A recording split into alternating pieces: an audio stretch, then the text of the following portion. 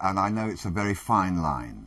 I've always believed, I don't like rules. It's in my nature not to like rules. But I think we have to behave in a way that doesn't harm others.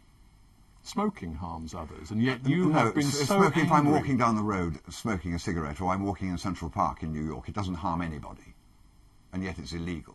Well, it's fouling the atmosphere. It's not deeply fouling. unpleasant to people nearby who hate cigarettes. Compared with what's coming out of the back of motor cars, compared with what's being put into the beef that we're eating, compared with what's being sprayed on the fruit and the land of everything we're eating, I mean, please, have a sense of proportion. But nonetheless, when you railed, you particularly taken against But Mayor nothing's Bloomberg in New nothing's York. being done about these other things.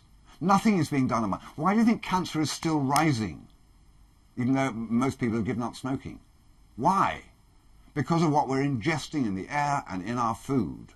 So don't tell me that I'm not allowed to smoke in a 58-acre park in the middle of New York because I'll kill someone, or myself. If it's myself, it's my own choice, but someone else, because it's stupid thinking.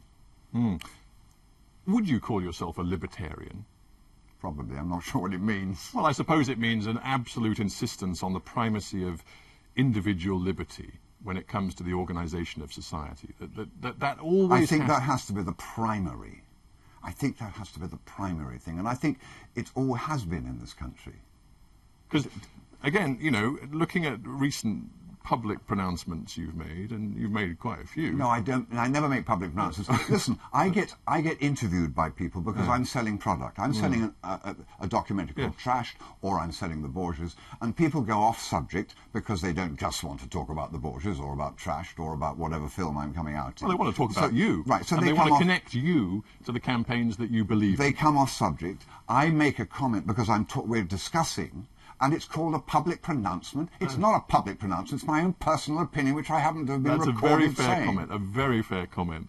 And I'm, you know, like many other people, fascinated by some of your opinions because they're really interesting opinions, and you're not frightened to put them out there. I mean, another one which was recent and which was fascinating was your view of gay marriage, in which you clearly expressed disquiet about the idea. You did it in a way which caused a big stir because you said, you know, you weren't sure whether it in the end meant that fathers might want to marry their sons for tax purposes. Yes. I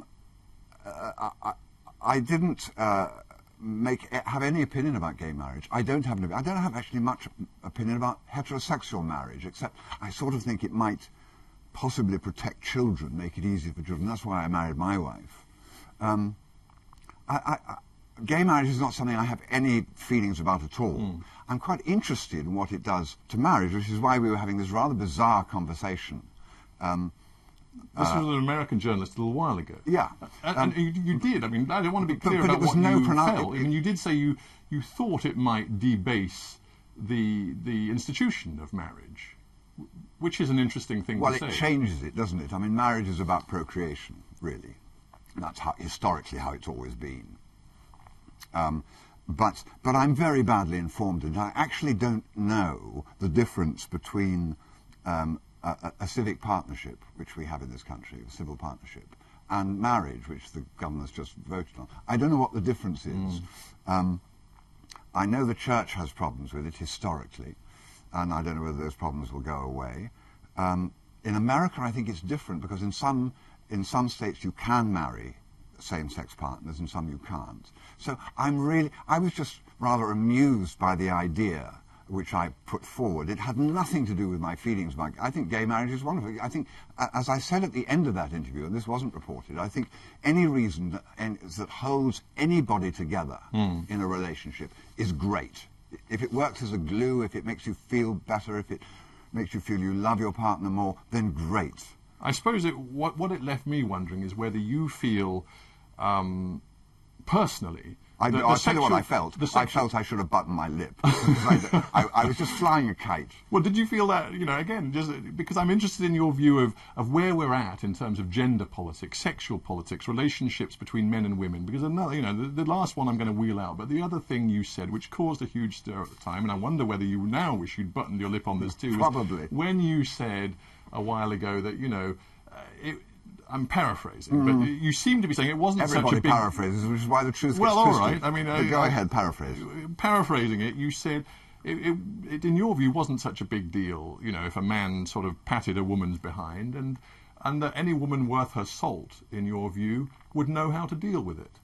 Yeah, absolutely. And I you did. know that peed off an awful lot of women. I know, because an awful lot of women were upset. I didn't actually say pat their behind, because that's a very patronising thing to do. I want to be fair to you. How did you phrase it?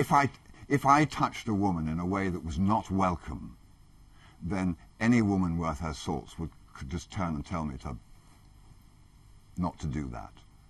And I remember But isn't it better for men not to do it in the first place? No, than because we need to touch. We need to love each other. We need to communicate. It's all part of that.